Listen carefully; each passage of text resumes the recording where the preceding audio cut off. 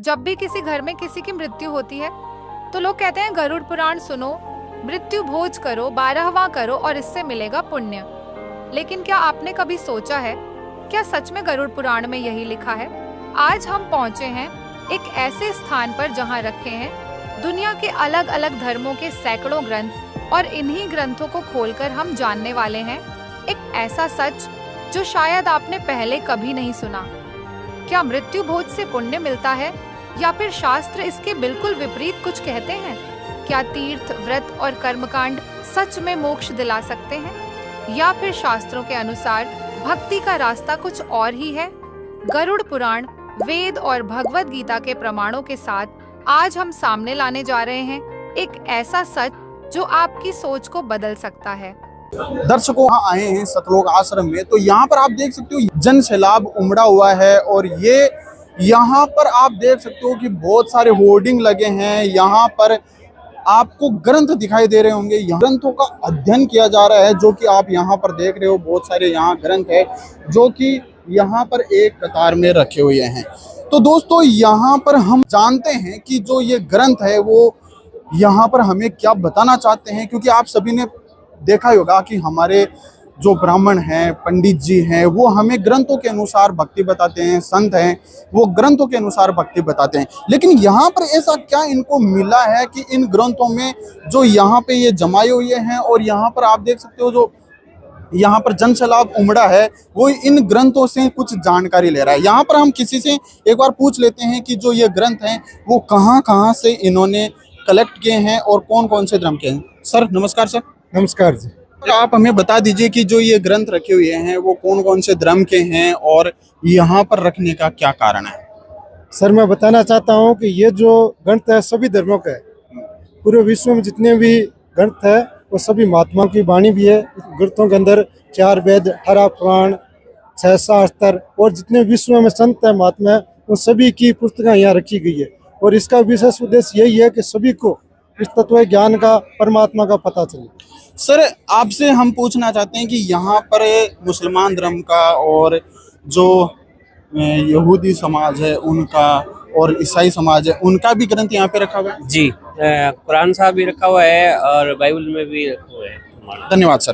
तो दोस्तों, आपने देखा कि यहाँ पे बताया कि यहाँ पे जो ग्रंथ हैं वो मुसलमान धर्म के भी हैं, हिंदू धर्म के भी हैं और ईसाई धर्म के भी हैं। तो यहाँ पर आप देख सकते हो ये सभी ग्रंथ यहाँ पे रखे हुए हैं, जो यहाँ पर आप देख रहे हो कि पूरे विश्व के यहाँ पे ग्रंथ हैं। तो आप यहाँ पर देख सकते हो, यहाँ पर आप देख सकते हो पूरे विश्व के ग्रंथ है। यहाँ पर हमारे सामने सज्जन जुड़े हैं, इनसे भी हम जान लेते हैं कि जो ये ग्रंथ यहाँ पे रखे हुए हैं इनके बारे में ये क्या बताते हैं। यहाँ पर हमें बहुत सारे ग्रंथ देखने को मिले हैं। सर यहाँ पर ऐसा क्या बताया जा रहा है? देखिए सर, ये जो ग्रंथ हमारे पास में है इनमें ये हमारी वही ग्रंथ हैं जो हमारा पूरा जो समाज युगों युगों से पढ़ता हुआ आ रहा है।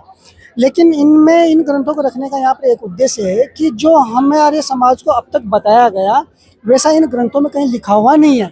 यहाँ पर अलग ये बताया गया कि जो अपन दिन प्रतिदिन जो परमात्मा को प्राप्त करने के लिए, पुण्य कमाने के लिए जो क्रियाएं कर रहे हैं वैसा शास्त्रों में उनका उल्लेख नहीं है। जब हम भी ये सारी चीज़ें करते थे जो भी अपन करते आ रहे हैं आज तक, लेकिन जब हमने इन शास्त्रों को देखा तो इन शास्त्रों में वो जो अपन करते आ रहे हैं उनमें दिन रात का फर्क है। तो मनुष्य को ये बताने के लिए बताया गया, रखा गया सारे कि आप आखिरकार कर क्या रहे हो और करना क्या चाहिए, उसके बारे में यहाँ पर ग्रंथ परिचित करवा रहे हैं। सर हम यहाँ पे देख पा रहे हैं, हमें यहाँ पर दिखा देते हैं एक बार। यहाँ पे इनके पास में गरुड़ पुराण है। तो सर ये गरुड़ पुराण तो उस समय रखा जाता है जब हमारे कोई घर में शरीर छोड़ देता है, तो हमारे जो ब्राह्मण आते हैं, पंडित जी आते हैं, वो हमें उसका वहाँ पे लाभ देते हैं पाठ करके। तो यहाँ पर रखने का क्या प्रयोजन है? सर देखिए, गरुड़ पुराण की बात करें अपन तो एक बात अपने को सीधी सीधी सी समझ में आ जाती है कि इस संसार के अंदर गरुड़ पुराण एक ऐसा ग्रंथ है जिसे हर इंसान परिचित है। और गरुड़ पुराण का मतलब ये होता है कि अब तक हमें ये बताया गया है कि जब इंसान खत्म हो जाता है तो हमने ये देखा है कि जो भी हमारे समाज के मार्गदर्शन करता है, जिनको अपन पंडित जी कहते हैं, वो हमारे घर पर खत्म होने के बाद में आते हैं। 11 दिन तक इसका पाठ करते हैं और पाठ करने के बाद में हम उसका जो भी 12वां होता है, नुक्ता होता है, वो करते हैं और उसके लिए ये बताया जाता है कि इससे हमें पुण्य मिलता है, हमारा जो खत्म होकर के चला गया उसका पुण्य मिलता है। तो इस गरुड़ पुराण में वो सारी चीज़ें नहीं है सर कि 12वां करने के बाद में हमें पुण्य मिलता है और हमें 12वां करना चाहिए, ऐसा इसमें है नहीं सर। ऐसा भी इसमें बताया हुआ है। फिर इसमें मतलब एक बात बताइए कि ये क्या करना चाहिए या नहीं करना चाहिए, इसके बारे में बताइए। देखिए सर, ये जो गरुड़ पुराण है हम सब इसके आधार पर चलते हैं, लेकिन गरुड़ पुराण में जो बताया गया वो मैं आपको बताना चाहूँगा। इसमें साफ साफ लिखा हुआ है, देखिए सर, इसका अपन देख सकते हैं अध्याय नंबर 5 का श्लोक नंबर 32 है।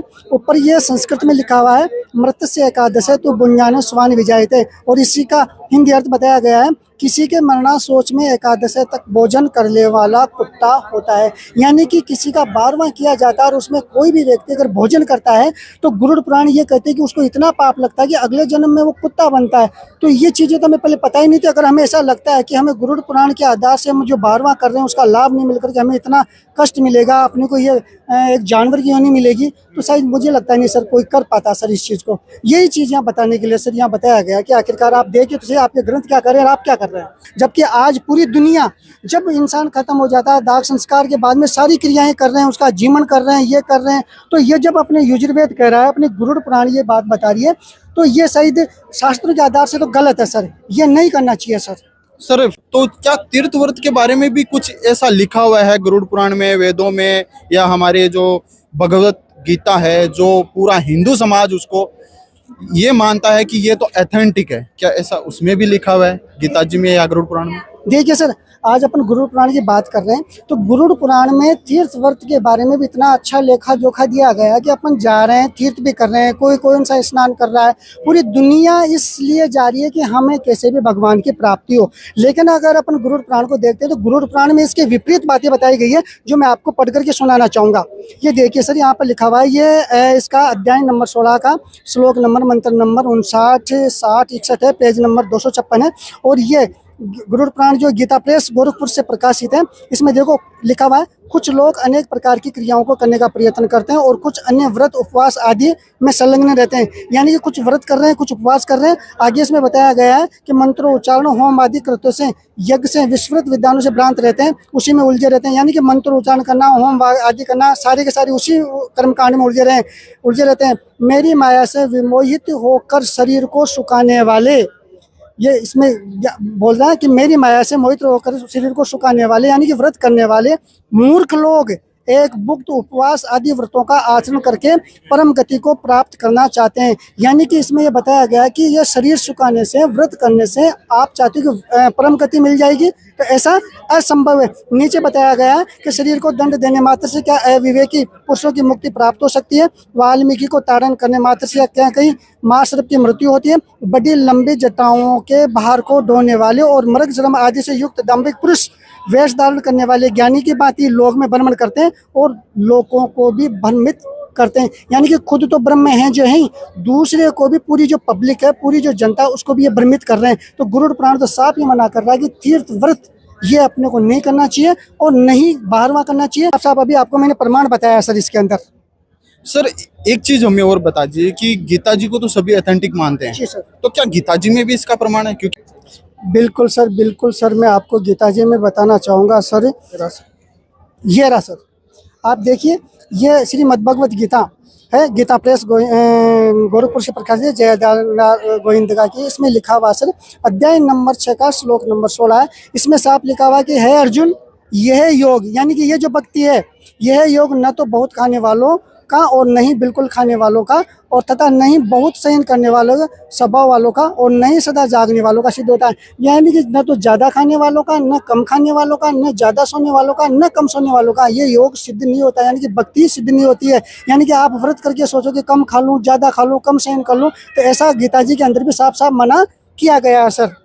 जी सर आपने एक चीज ये बता दिया कि गीता जी में भी इसके व्रत और तीर्थ के बारे में मना किया गया है, लेकिन एक चीज और बताइए कि क्या और ऐसे कोई शास्त्रों में इसके बारे में और कोई जानकारी दी गई है? सर मैं आपको 24 प्रमाण दिखाना चाहूँगा जो रामदेव जी महाराज की है, जो एक पीर के नाम से जाने जाते हैं।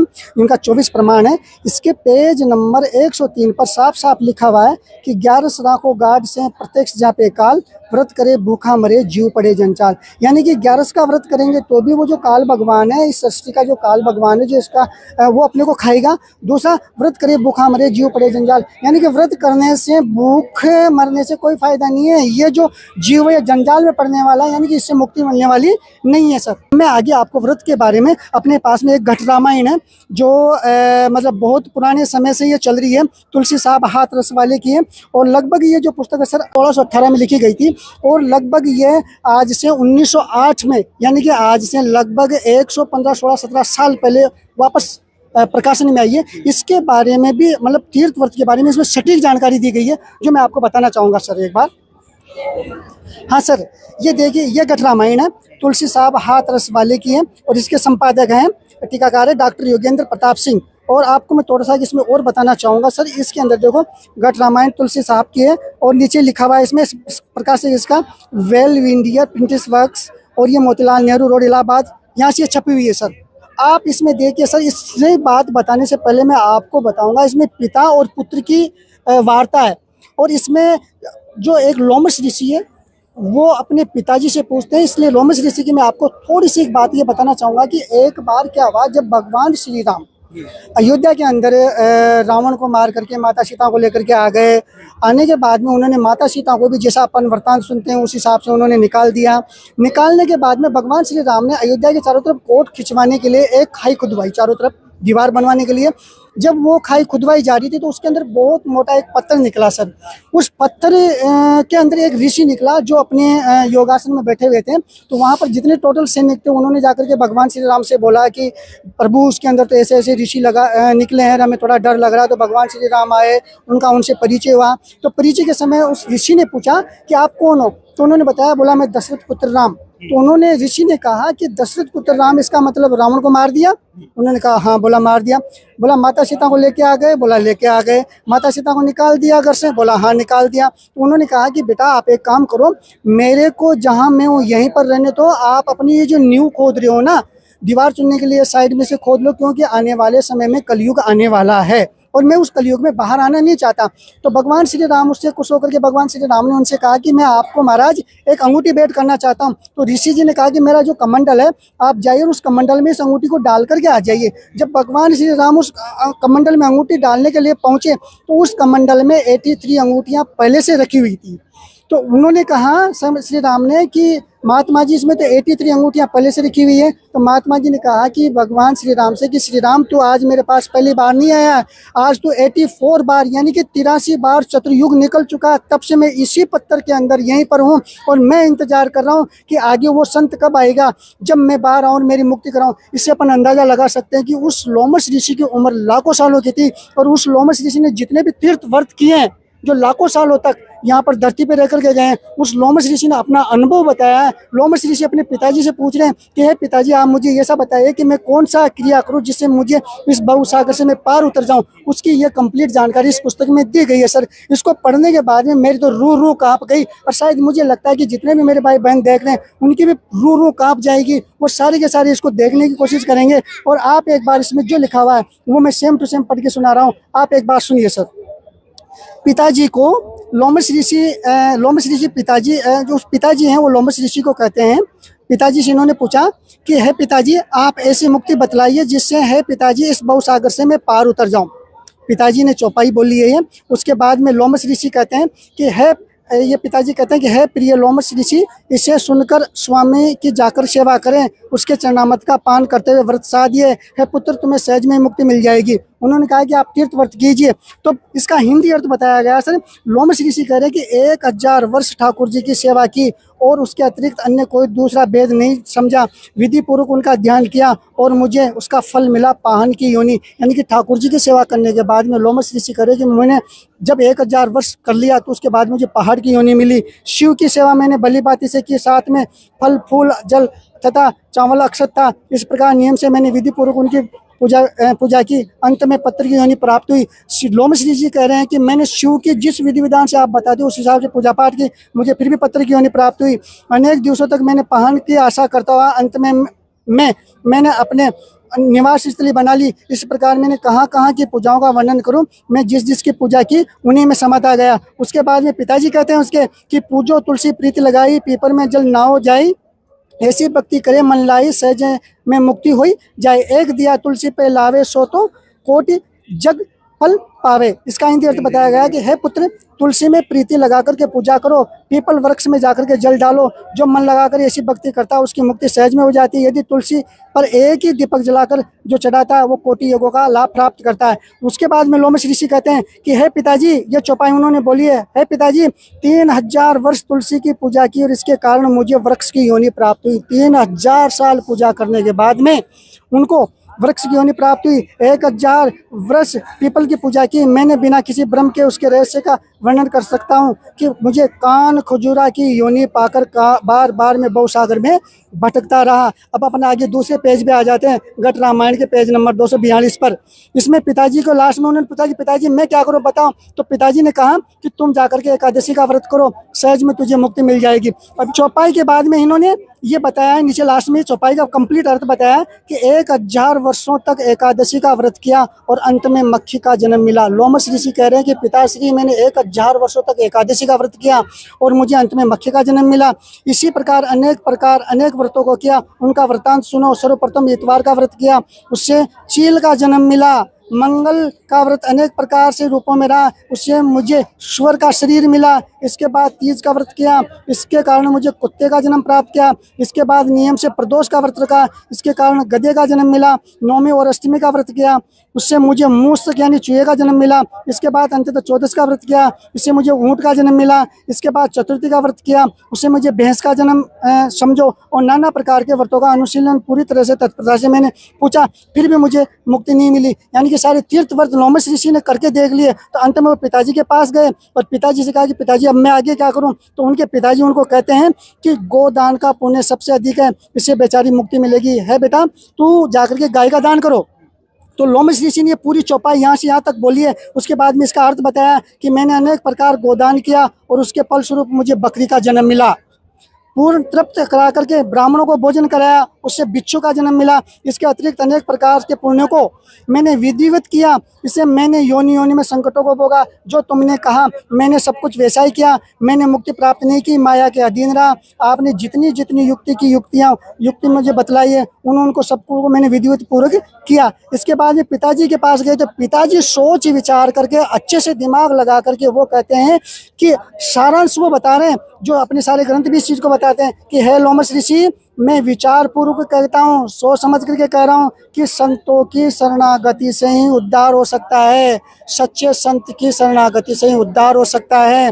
तीर्थ व्रत आदि सारे झूठे फैलाव हैं। ये जो तीर्थ व्रत हैं ये सारे झूठे फैलाव हैं। झूठे फैलाव का मतलब है कि इनसे पूर्ण मुक्ति अपने को मिलने वाली नहीं है। इनका शास्त्रों में कोई उल्लेख नहीं है, इससे कोई निराकरण हल नहीं होगा। इस तरह से लास्ट में वो बताते हैं कि तीर्थ एवं पुराण मतों का विचार सुनो। लोमश ऋषि ने भी इनसे अच्छी तरह से करके बताया है। तीर्थ व्रतों का ये लेखा जोखा है और लोमश ऋषि ने इन सारी बातों को करके देख लिया। अब सोचने वाली बात यह कि लाखों साल तक जब लोमश ऋषि की यहाँ पर उम्र थी, उन्होंने ये सारा सिस्टम करके देखा। उन्होंने हजारों साल तक तीर्थ व्रत किए हैं और उनके साथ में ये गति प्राप्त हुई है। तो क्या अपन लोमश ऋषि जितना पूजा पाठ करते हैं, क्या अपन लोमश ऋषि जितनी उम्र पा सकते हैं?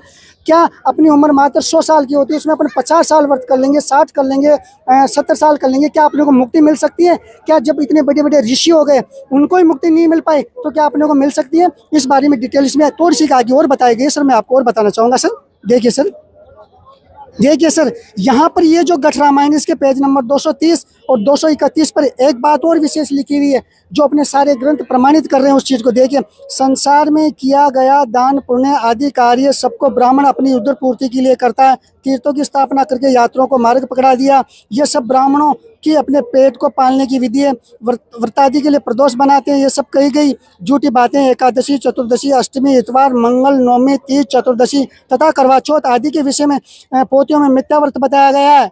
जो कोई जो कोई व्यक्ति व्रत से प्रीति करता है वह समस्त कर्म समृद्धि की खानियां है भाई। जो कोई व्रत के मार्ग पर चलता है उनके पूर्वज नरक में जाते हैं। गंगा यमुना तथा चारों धाम में जाना, भवसागर के खाने में जाना है। लास्ट में नीचे बताया है सर कि ब्राह्मण जिन जिन विचारों को मुक्ति के लिए समझाते हैं वे सब काल की खानियां यमलोक में यम से दंडित हैं।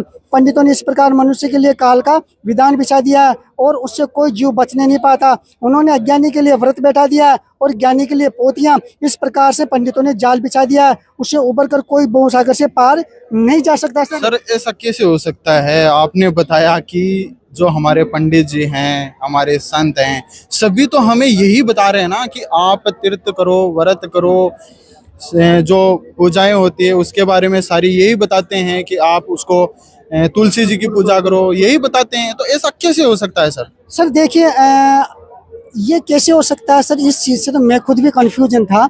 मैं भी ये सारी क्रियाएं करता आ रहा था, शुरू से हमारा परिवार करता आ रहा है। जैसे मेरे पिताजी शांति हुए तो उनको भी हमने जो भी जैसा भी अपन करते हैं, गंगा जी ले जाना, सारा सिस्टम मैंने किया है।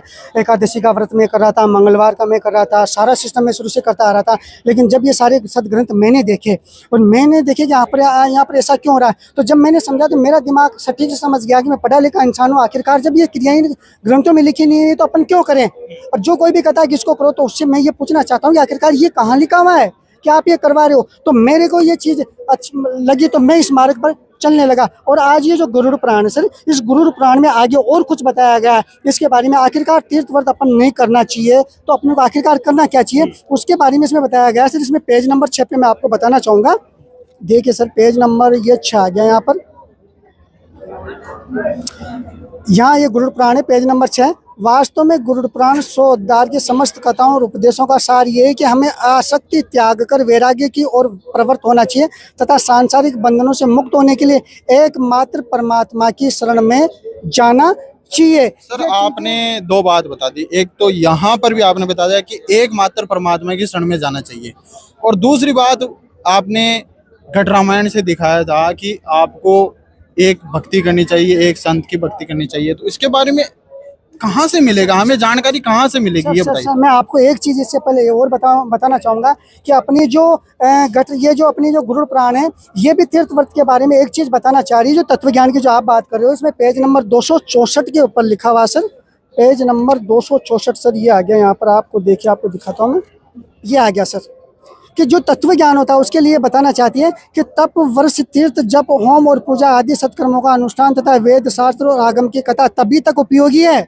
जब तक जीव को तत्व ज्ञान प्राप्त नहीं हो जाता। यानी कि जब तक इंसान को पूर्ण परमात्मा की प्राप्ति के लिए तत्व ज्ञान नहीं मिल जाता, मूल ज्ञान नहीं मिल जाता, आखिरकार मैं यहाँ से कैसे मुक्त हो सकता हूँ, तब तक ही वो इन चीज़ों के पीछे पड़ा हुआ रहता है। आगे इसमें लिखा है कि यदि अपने मोक्ष की इच्छा हो तो सर्वदा संपूर्ण प्रयत्नों का सभी अवस्थाओं में निरंतर अनुष्ठान करके तत्व ज्ञान की प्राप्ति में संलग्न रहना चाहिए। यानी कि तत्व ज्ञान इंसान को प्राप्त करना चाहिए। तत्व ज्ञान के पश्चात ही इन सारी चीज़ों से मोह हट सकता है। तत्व ज्ञान के पश्चात ही अपने को ये ज्ञान हो सकता है कि आखिरकार अपने को करना क्या चाहिए था और अपन क्या कर रहे हैं। सर फिर एक चीज ये बता दी कि तत्व ज्ञान हमें कहाँ से मिलेगा, और वो तत्व ज्ञानी कौन है जो हमें ये तत्व ज्ञान दे सकता है? सर देखिए, तत्व ज्ञान के बारे में अपने पास में जो श्रीमद् भगवत गीता है, इसमें बहुत सारे प्रमाण बताए गए हैं सर।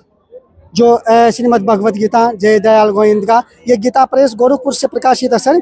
इसके अंदर आपको मैं इसका अध्याय नंबर 13 का श्लोक नंबर 17 बताना चाहूँगा सर। अध्याय नंबर 13 का श्लोक नंबर 17 सर, ये यहाँ पर इसका आ जाता है सर। जो तत्व ज्ञान होता है उसके बारे में इसमें बताया गया है। गीता ज्ञानदाता अर्जुन से कहता है कि वह परब्रह्म ज्योतियों का भी ज्योति, माया से अत्यंत परे कहा जाता है। वह परमात्मा बोध स्वरूप जानने योग्य, तत्व ज्ञान से प्राप्त करने योग्य है। यानी कि उस परमात्मा को अपन तत्व ज्ञान से ही प्राप्त कर सकते हैं। इसके बाद में सर जस्ट इसमें आगे बताया गया है, इसमें भगवद गीता सर सारी इसी के बताए जा रहे हैं आपको। इसमें अध्याय नंबर 2 का ये 29वां श्लोक है। इसमें बताया गया है कि कोई एक पुरुष ही एक इस आत्मा को आश्चर्य की बात ही देखता है और वैसे ही दूसरा कोई महापुरुष इसके तत्व का यानी कि आश्चर्य की बात वर्णन करता है, तथा जब दूसरा कोई अधिकारी पुरुष ही इसे आश्रय की बातें सुनता है, और कोई कोई तो सुनकर भी इसको नहीं जानता। यानी कि तत्व ज्ञान समझ जाने के बाद में भी, पूर्व बताने के बाद में भी लोग यही कहते हैं कि नहीं, ऐसा नहीं हो सकता, क्योंकि काफ़ी समय से वैसा ही वो करते आ रहे हैं। इसके आगे मैं आपको और बताना चाहूँगा तत्व ज्ञान के बारे में सर, कि तत्व ज्ञान होने के बाद में जो पुरुष होता है वो यहाँ का जो पाप और पुण्य होता है वो इसी लोक में त्याग देता है सर। ये गीता जी के अध्याय नंबर 2 के श्लोक नंबर 50 में लिखा हुआ है सर। मैं आपको दिखाना चाहूँगा सर, अध्याय नंबर 2 का श्लोक नंबर 50 सर। देखिए सर, आप अध्याय नंबर 2 और श्लोक नंबर इसमें 50 है। इसमें बताया गया कि समबुद्धि युक्त पुरुष, यानी कि जो हर समय समान रहते हैं, दुख में सुख में एक समान रहते हैं, पुण्य और पाप दोनों को इसी लोक में त्याग देते हैं, अर्थात उनसे मुक्त हो जाता है। इससे तू समरूप योग में लग जा। यह समरूप योग ही कर्मों में कुशलता लाता है, अर्थात कर्म बंधन से छूटने का उपाय है। जब तत्व ज्ञान हो जाएगा तो उसके बाद में वो अपने इस कर्म बंधन से छूट सकता है। आगे इसमें बंधन कौन से हैं सर, जो कर्म बंधन अपन ये जो आज दिन तक करते आ रहे हैं, कोई तपस्या कर रहा है, कोई व्रत कर रहा है, कोई स्नान कर रहा है, कोई बारवा कर रहा है, आखिरकार अपने को बताया गया कि ये कर्म करो, इससे लाभ मिलेगा, तो ये कर्म करने चाहिए कि नहीं करने चाहिए, वो तत्व ज्ञान मिलने के बाद में ऐसा होता है। और इसमें आगे और बताया गया सर, अध्याय नंबर 8 के श्लोक नंबर 28 में, कि वह प्राणी तत्व ज्ञान को जानने के बाद में वेदों में जो वर्णित यज्ञ तप और दान से फल की प्राप्त होती है उसको भी त्याग देता है सर।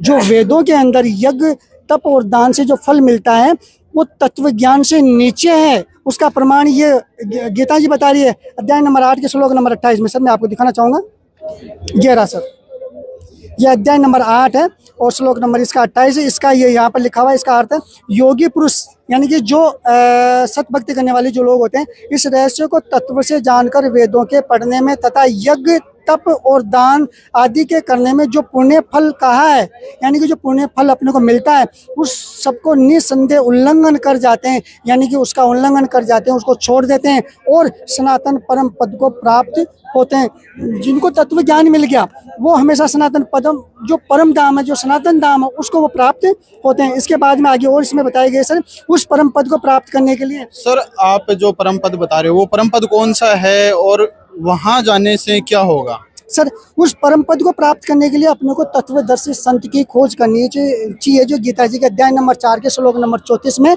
कहा गया। मैं आपको वो श्लोक दिखाना चाहूँगा सर प्रमाण के रूप में, 4 का 34 है सर। इसमें साफ साफ लिखा हुआ है, ये रहा सर, इसमें लिखा हुआ है सर अध्याय नंबर 4 के 34 में, उसमें ज्ञान को तू तत्वदर्शी ज्ञानियों के पास जाकर के समझ, उनको भली बातें दंडवत प्रणाम करने से, उनकी सेवा करने से और कपट छोड़कर सफलता पूर्वक प्रसन्न करने से परमात्मा तत्व को भली बातें जानने वाले ज्ञानी महात्मा तुझे उस तत्व ज्ञान का उपदेश करेंगे। और उस तत्व ज्ञान को देने वाले तत्वदर्शी संत आज के समय में सिर्फ और सिर्फ संत रामपाल जी महाराज हैं, जो विश्व में आए हैं। और आज ये जो सारी चीज़ें हम आपको देख करके बता रहे हैं, जो मुझे ये अध्ययन मिला, जो मैंने इनकी आध्यात्मिक पाठशाला में प्रवेश लिया है, तो मुझे जब शास्त्रों को खोल करके हमारे गुरुजी ने बताया तो मुझे लगा कि अपने कर क्या रहे हैं, अपने को करना क्या चाहिए। इसलिए मेरा निवेदन ये रहेगा कि आप भी कम से कम एक बार अपने शास्त्रों को खंगोलिए और उसमें इस तत्व ज्ञान के बारे में बहुत सारी जानकारी आपको मिलेगी। आगे मैं और तत्व ज्ञान के बारे में आपको बताना चाहूंगा सर, इसमें और गीता जी प्रमाण बताया गया। क्वेश्चन मैं आपसे करना चाहता हूँ कि आपने बताया कि तत्वदर्शी संत, आपने संत रामपाल जी महाराज जी बता दिया, संत बहुत सारे हैं। अब हम बात कर रहे हैं गीता जी के बारे में, ये पूरे विश्व को मान्य है, जिसमें हिंदू जो धर्म है उसको तो ये ऑथेंटिक मान्य है। लेकिन आप ये बताइए कि तत्वदर्शी संत की पहचान क्या हो सकती है, क्योंकि संत तो बहुत सारे हैं, तो इसमें ऐसा भी बताया हुआ होगा ना कि कोई तत्वदर्शी संत की ये पहचान है। सर देखिए, तत्वदर्शी संत की पहचान ये होती है कि उनके लिए एक वाणी है, कबीर परमात्मा ने एक वाणी बोली है कि सदगुरु के लक्षण को मधुर बेन विनोद, चार वेद से शास्त्र 18 बोध। जिस संत को पूरे वेदों का, 18 पुराणों का, अच्छे शास्त्रों का पूरा कंप्लीट ज्ञान होता हो और जो खुद भी अपना उद्धार के लिए भक्ति करें और अपने शिष्यों को भी करवाएं, तत्व ज्ञान यानी कि निचोड़ निकाल करके बताएं। जैसे दूध से मक्खन, मक्खन से घी निकाल करके अपने को बता दिया जाता है कि बेटा इसका ये घी है। पूरा जो वन खड़ा हुआ होता है उस वन के अंदर से सारे पेड़ों को काटने की, सारी जड़ी बूटियों को लाने के बजाय उसमें से मात्र वो जड़ी बूटी निकाले कि ये जड़ी बूटी अपने काम में आने वाली है, उसको तत्वदर्शी संत कहते हैं। और तत्वदर्शी संत रामपाल जी महाराज इसलिए हैं कि वो शास्त्रों के अनुसार सत भक्ति हमें बता रहे हैं। और आज दिन तक ये जो सारी चीज़ें आपको आपको हमने बताई है सर। ये सारी चीज़ें संत रामपाल जी महाराज के द्वारा है। हमारे शास्त्रों में जब हमें बताया गया तो हम भी सोच रहे थे आखिरकार ये सारा सिस्टम गलत है, संत रामपाल जी महाराज गलत बता रहे हैं। लेकिन जब शास्त्रों को हमने देखा, सारे शास्त्र हमने मंगवाए, तो हमें ये सारी चीज़ें प्रमाणित मिली। और प्रमाणित मिलने के बाद में आज ये कन्फर्म हो गया कि सिर्फ और सिर्फ इस संसार में तत्वदर्शी संत है तो वो संत रामपाल जी महाराज हैं। इसका मतलब देखा जो अपने वेदों में भी, अपने पुराणों में भी है। और एक तत्वदर्शी संत जो होता है 3 टाइम की आरती बताता है सर, सुबह, दोपहर और शाम, और अपने शिष्यों से भक्ति करता है, खुद भी भक्ति करता है, उनसे भक्ति करवाता है। और उनके शिष्य किसी भी प्रकार का नशा नहीं करते, किसी प्रकार का पाखंडवाद नहीं करते, शास्त्र अनुसार ही भक्ति करते हैं सर। और संत रामपाल जी महाराज ने यह भी बताया है कि आप एक उस परमात्मा की भक्ति करो सर। उसका प्रमाण भी इसके अंदर गीता जी में गीता ज्ञानदाता कहता है कि है अर्जुन, तुझे पूर्ण परमात्मा को प्राप्त करना है तो तू उस एक परमात्मा की भक्ति कर। अध्याय नंबर 18 के श्लोक नंबर 62 में ऐसा बताया गया सर। मैं आपको बताना चाहूँगा सर। पहले आप ये बता दीजिए कि तत्व ज्ञान कौन सा हो सकता है, इसके बारे में बताइए। तत्व ज्ञान कौन सा होता है सर? तत्व ज्ञान का मतलब ये होता है सर कि आखिरकार अपन ने जन्म क्यों लिया, अपन यहाँ कब तक रहेंगे और अपनी मुक्ति कैसे हो सकती है। जो अपन ये सारे सिस्टम कर रहे हैं, क्या इनका कहीं प्रमाण है? अगर प्रमाण नहीं है तो उनको अपने को क्यों कर रहे हैं। जैसे एक बच्चा स्टूडेंट स्कूल में पढ़ता है, बोर्ड का एग्ज़ाम देता है, तो अगर उसके सिलेबस में जो बताया गया उस सिलेबस को पढ़ाया जाएगा तो ही वो बच्चा पास हो सकता है। अगर उसको दूसरा सिलेबस पढ़ाया जाएगा तो लास्ट में एग्जाम में वो फेल हो जाएगा। तो तत्व ज्ञान का मतलब है कि मूल चीज़, आखिरकार ये जितनी सारी आत्माएं यहाँ पर, कोई कुत्ता बना हुआ है, कोई गधा बना हुआ है, कोई पशु, कोई पक्षी, कोई कीड़ी मकोड़ी सारे बने हुए हैं, कोई मनुष्य बना हुआ है और तुरंत मर जाता है और वापस इसी योनि में चक्कर लगा रही है। आखिरकार इसकी उससे मुक्ति कैसे मिल सकती है, वो तत्व ज्ञान, मूल ज्ञान, वो संत रामपाल जी महाराज ने बताया सर। तो सर आप हमें ये बता दीजिए कि आपने एक बात और की थी कि जो संत रामपाल जी महाराज के जो शिष्य हैं वो कोई नशा नहीं करते हैं, इसके बारे में कोई प्रमाण है हमारे शास्त्रों में? सर देखिए, हाँ, नशे के बारे में सर मैं आपको प्रमाण बताना चाहूँगा सर। आपको नशे के बारे में मैं आपका जो गरुड़ पुराण है सर, इसको बताना चाहूँगा सर। इसके पेज नंबर 74 के ऊपर साफ साफ लिखा हुआ है सर। देखो मैं दिखा दूँ आपको, आप सोच में पड़ जाओगे सर। देखिए, ये अध्याय नंबर 5 है गरुड़ पुराण का, श्लोक नंबर यहाँ पर इसमें बताया 35 है। यहाँ पर लिखा हुआ है कि सुरापान करने वाले भेड़िया, कुत्ता और शियार की योनि में जाते हैं। यानी कि मदिरा पान करने वाला अगले जन्म में कुत्ते की, शियार की योनि में जाता है। शास्त्रों में इतनी बड़ी बात लिखी हुई है, उसके बावजूद आज अपना जो समाज है वो बहुत ही गलत दिशा में जा रहा है। वो गलत दिशा में जाने से उनको शारीरिक नुकसान हो रहा है, मानसिक नुकसान हो रहा है, आध्यात्मिक नुकसान हो रहा है, पारिवारिक नुकसान हो रहा है। तो अपने शास्त्रों को अगर अपन देखें तो शास्त्रों के अनुसार उनको ये जो बताया गया है, जितने भी कर्म कांड है, इनसे मुक्ति पानी चाहिए, हर प्रकार के नशे से मुक्ति पानी चाहिए। आज संत रामपाल जी महाराज के शिष्य सत भक्ति पा करके, आज संत रामपाल जी महाराज के लगभग 15 करोड़ शिष्य हैं, जो आज अपने को गूगल पे सर्च करने के बाद में गूगल भी यही रिकॉर्ड बता रहा है। तो 15 करोड़ शिष्य नशा करना तो दूर, उसके हाथ तक नहीं लगाते। और पूरे विश्व के अंदर जितने भी जो अपने आप को गुरु मानते हैं, जितने भी उनके अलग अलग टीमें बनी हुई है, अलग अलग पंथ बने हुए हैं, सारे के सारे नशा कर रहे हैं। यानी कि आज पूरे विश्व की जनसंख्या 98% लगभग, चाहे कैसा ही नशा हो, चाहे गुटखा, चाहे सुपारी, चाहे बीड़ी, चाहे सिगरेट, चाहे मदिरा, चाहे मांस, कैसा है, उसमें कहीं ना कहीं इन्वॉल्व है। और उन चीज़ों से मुक्त पाने के लिए इंसान को तत्व ज्ञान होना आवश्यक है। तत्व ज्ञान सिर्फ संत रामपाल जी महाराज बता रहे हैं, अपने शास्त्रों में से खोल के बता रहे हैं। और गीता ज्ञानदाता भी यही कहता है कि अर्जुन, तुझे इन सारे धर्म कर्मों को छोड़ करके उस एक परमात्मा के शरण में जाना चाहिए, वही तेरा सनातन धाम है। और उस परमात्मा को प्राप्त करने के लिए सिर्फ मात्र 3 मंत्र बताए गए हैं, जो गीता जी के अध्याय नंबर 17 के श्लोक नंबर 23 में लिखे हुए हैं। ओम तत्सत। ओम के लिए गीता ज्ञानदाता कहता है अध्याय नंबर 8 के श्लोक नंबर 13 में कि ये तो मेरा मंत्र है और मैं ब्रह्म हूँ। और 8 के 16 में कहता है कि मैं ब्रह्मलोक में रहता हूँ और जन्म मरण में है, जो ब्रह्मलोक तक है वो सारे जन्म मरण में है। अर्जुन, तुझे पूर्ण मोक्ष प्राप्त करना, तो उस एक परमात्मा की शरण में जा। और उस एक परमात्मा के बारे में सर अपने वेद भी गवाही देते हैं कि सिर्फ और सिर्फ एक परमात्मा की भक्ति करनी चाहिए। इसके प्रूफ के रूप में मैं आपको ऋग्वेद में बताना चाहूंगा सर। सर मैं ये पूछना चाहता हूँ, क्या इस तत्व ज्ञान से जो आप बता रहे हो, जो संत रामपाल जी महाराज जी ने बताया तत्व ज्ञान, इससे क्या पूर्ण परमात्मा को पा सकते हैं? और पा सकते हैं तो वो पूर्ण परमात्मा कौन सा है? सर देखिए, अगर इसका ये सारे जो ग्रंथ है ना, ये एक ही चीज़ बता रहे हैं कि सृष्टि का जो मालिक है वो सिर्फ और सिर्फ कबीर देव है। कबीर जी ही पूर्ण परमात्मा है, अपने वेदों में लिखा हुआ है। और अपने जो जैसे अपन दूसरी धर्म की चर्चा करें, यहाँ पर 4 धर्म हैं, हिंदू, मुस्लिम, सिख, ईसाई, इन सबके ग्रंथों में ये सारी चीज़ें लिखी हुई है। ये जो 3 मंत्र बताए गए वो भी उसमें लिखे हुए हैं, और उस पूर्ण परमात्मा को प्राप्त करने का मंत्र आपको बताया, वो कबीर जी हैं जिन्होंने सृष्टि आदि की रचना की है सर।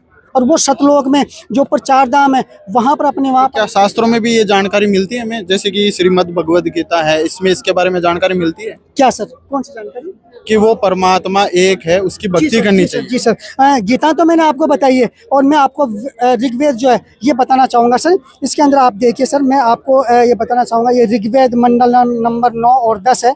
इसमें आपको मैं बताना चाहूँगा सर, यहाँ पर आप आ जाइए, ये देखिए ऋग्वेद मंडल नंबर 9 सूक्त नंबर 1, इसका मंत्र नंबर जो 4 और जो 5 है, इसका भावार्थ देखिए आप सर। इस भावार्थ में लिखा हुआ है कि परमात्मा की कृपा से मनुष्य देवी पदवी को प्राप्त होता है, और परमात्मा की कृपा से सब प्रकार का बल मिलता है। इसलिए मनुष्य को चाहिए कि वह एकमात्र परमात्मा की शरण में प्राप्त हो, एकमात्र परमात्मा की शरण में जाएं।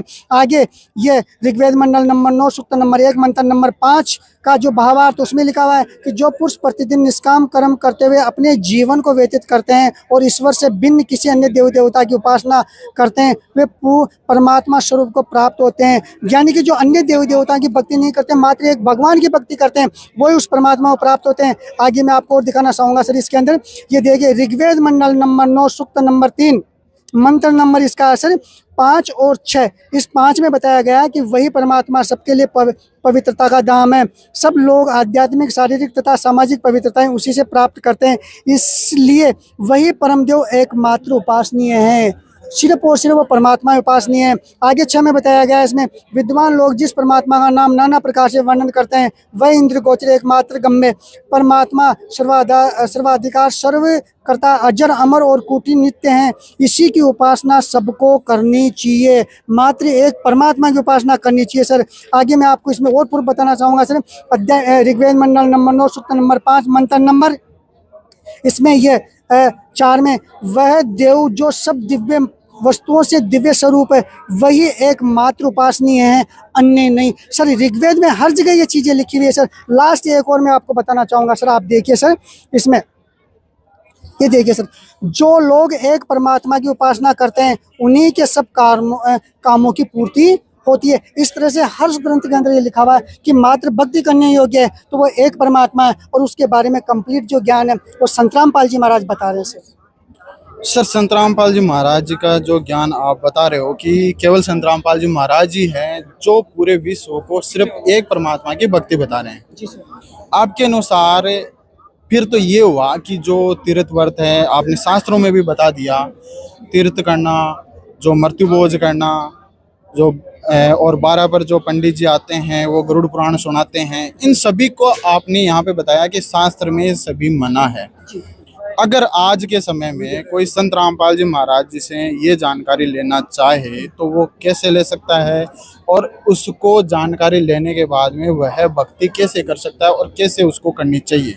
देखिए सर, सबसे पहले तो मैं अब आपको बताना चाहूँगा कि मैंने मेरी तरफ से कुछ नहीं बताया, जैसा शास्त्रों में लिखा, जो गरुड़ पुराण में श्रीमद् भगवत गीता जी के अंदर अपनी जो घट रामायण हो गई उसके अंदर, या ऋग्वेद में या यजुर्वेद में या अथर्ववेद में जो लिखा है उसको मैंने पढ़ा और हूबहू मैंने आपको पढ़ करके सुनाया सर।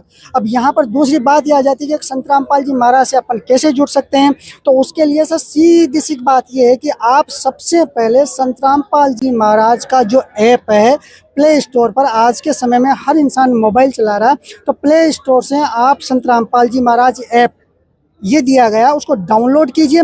उस ऐप के अंदर आपको ये जितने भी ग्रंथ पढ़े हुए हैं इन सबका उसमें प्रमाण मिलेगा, हर चीज़ उसके अंदर मिलेगी, और अपने को एक परमात्मा की भक्ति करना चाहिए, क्यों करना चाहिए और बाकी क्यों नहीं करना चाहिए, या फिर तीर्थ व्रत करने से कितना लाभ मिल सकता है, इनका CD बाय CD हर चीज़ बताई गई है सर।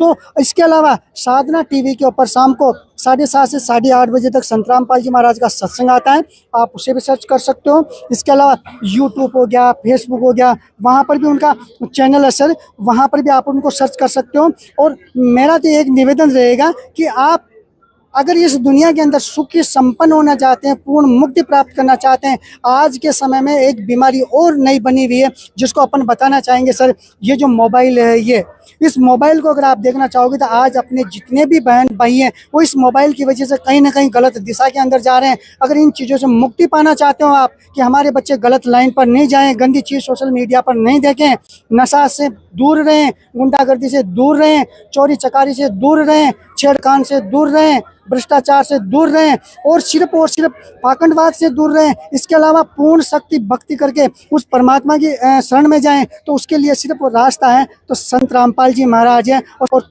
एक जो अपन कहते हैं कि गुरु, जो सच्चा गुरु जो होता है, सदगुरु होता है, वो भी है। आपको एक बार सदग्रंथों को देखते हुए उनका नाम लेकर के भक्ति करनी चाहिए। और संत रामपाल जी महाराज मात्र और मात्र 3 मंत्रों को 3 बार में बता रहे हैं। प्रथम मंत्र में संत रामपाल जी महाराज 5 मंत्रों का जाप दे रहे हैं, उसमें ब्रह्मा विष्णु महेश और ये अपनी पत्नियों के साथ हैं, इनका मंत्र बता रहे हैं, भगवान गणेश जी का बता रहे हैं, माता दुर्गा का बता रहे हैं। आप सबको ये देखना है कि हम भी इन्हीं की पूजा कर रहे हैं और संत रामपाल जी महाराज की भी इन्हीं के करवा रहे हैं पूजा। तो आखिरकार शास्त्रों में जो लिखा हुआ वो मंत्र संत रामपाल जी महाराज ने बताए हैं। अगर आपको रास्ता चूज करना है तो शास्त्रानुसार भक्ति करनी है तो सिर्फ और सिर्फ संत रामपाल जी महाराज है सर, उनके शरण में आना ही पड़ेगा सर और उनसे नाम लेकर के ये भक्ति करना। अगर आप चाहते हो कि हमारा परिवार नशा मुक्त हो जाए, हमारे बच्चे कुशल मंगल रहें, किसी प्रकार की समस्याओं से दूर रहें, तो ये एक मार्ग है सर। सर लास्ट क्वेश्चन हमारा यही रहेगा कि इन शास्त्रों में ऐसा ज्ञान है जो उनको आप बताना चाहो, 1-2 लाइन में आप उनको भी बता दीजिए।